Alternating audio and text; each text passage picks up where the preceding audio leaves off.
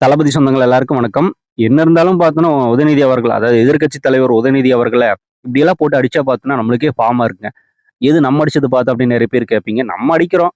நம்ம தளபதியோட சில விஷயங்கள அவங்க தொட்டு பேசும்போதும், அநாகரிகமா பேசும்போது நம்ம அடிப்போம். அது இல்லன்னு சொல்ல முடியாது. ஆனா ஒரு எதிர்க்கட்சி தலைவரா சில நல்ல கருத்துக்கள பேசும்போது வரவேற்கிறோம். அதுல மாற்றம் இல்ல. ஆனா இப்போ அவரு கூட பயணிச்சுட்டு இருந்த ஒரு நபரே அவர அடிக்கும்போது நம்மளுக்கு பார்க்கறதுக்கு பாவமா இருக்கு. என்னையா இது? உங்க மேல எந்த அளவுக்கு காண்டுல இருந்திருக்காங்க பாருங்க அப்படின்னு நம்மளுக்கு கேட்க தோணுது. அப்படி யாரு பதிலடி குடுத்திருக்காங்க அப்படின்னா, நம்ம வன்னியரசு அவர்கள். எதுக்காக அப்படின்னா, உதயநிதி ஸ்டாலின் அவர்கள் புதுசா ஒரே ஒரு வார்த்தைய கண்டுபிடிச்சு வச்சிருக்காரு. என்ன வார்த்தை அப்படின்னா, தாவேகா அரசு சோஃபா மாடல் அரசு அப்படின்னு சொல்லிட்டு இருப்பார்ல.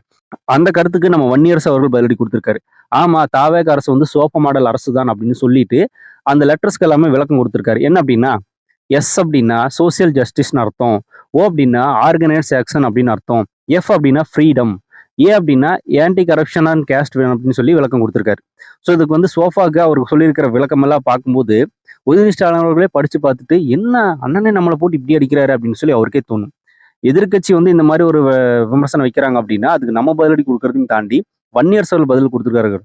அதெல்லாம் அப்படின்னா இதெல்லாம் என்ன அர்த்தம் அப்படின்னா இவ்வளவு விஷயங்கள தாவேகா பண்ணியிருக்கு நம்மளுக்கு அப்படின்னு அவங்க சொல்ல வர்றாங்க. திமுக நம்மளுக்கு பண்ணல அப்படிங்கிறத அவங்க இது மூலமாவும் சொல்ல வர்றாங்க. ஸோ இது திமுகவுக்கு தான் மிகப்பெரிய ஒரு பேக் ஃபயர். ஏன்னா இவர் எல்லா விஷயங்களும் சொல்லியிருக்காரு. சோசியல் ஜஸ்டிஸ் அப்படின்னு.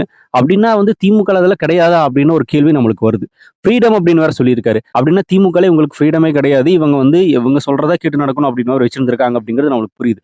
ஸோ இந்த மாதிரி எதுலுமே திமுகங்கள முன்னாடி நிறுத்தல. தாவேகா நிறுத்தியிருக்கு அப்படின்றதுக்கு உண்டான விளக்கமா தான் இத நம்ம பார்க்க முடியுது.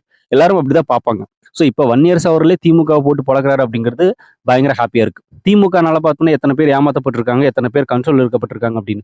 நம்ம தளபதி விஜய் அவர்கள் அப்பப்போ சொல்லுவார்ல, நம்ம திருமாவளவன் அவர்களோட அம்பேத்கர் புக் ஃபங்ஷனுக்கு வராம இருந்ததுனால, திமுகவோட கட்டுப்பாட்டுல அவரு இருக்கிறதுனால வராம இருக்காருன்னு சொல்லியிருப்பார்ல. எந்த அளவுக்கு உண்மை அப்படி இருக்கு அப்படிங்கிறது பாருங்களேன். அப்ப திருமாவளவன் என்னமோ சொன்னாரு. இப்போ நம்ம வன்னியரசு அவர்கள் அது ஓப்பனாவே சொல்லிட்டாரு. ஆமா, அப்படிதான் இருந்திருக்கும் அப்படிங்கிறது தெரிஞ்சு போச்சு. ஸோ இப்படி போட்டு அடிக்கிறாங்க உதயநிதி அவர்கள. ஸ்டாலின் அவர்களும் சட்டமன்றத்துக்கு போ முடியாது. எதிர்க்கட்சி தலைவரா தனியாலாம் மாட்டிக்கிட்டாரு நம்ம உதயநிதி ஸ்டாலின் அவர்கள். எல்லாருமே வச்சு செய்றாங்க. சரி பார்ப்போம். என்னதான் பண்ண போறாங்க அப்படின்றத. இப்ப வன்னியரசு அவர்கள் சொல்லியிருக்கிற இந்த பதிலடி பத்தி நீங்க என்ன நினைக்கிறீங்க அப்படிங்கிறத கமெண்ட்ல ஷேர் பண்ணிட்டு போங்க. அப்படியே புதுசா தளபதி ஃபேன்ஸ் யாராவது நம்ம சேனல பார்த்திருந்தா மறக்காம சேனல சப்ஸ்கிரைப் பண்ணி வச்சுக்கோங்க. தளபதி பத்தின அப்டேட்ஸ் அண்ட் பொலிட்டிக்கல் நியூஸ் தான் நம்ம சேனல்ல தொடர்ந்து வரும்.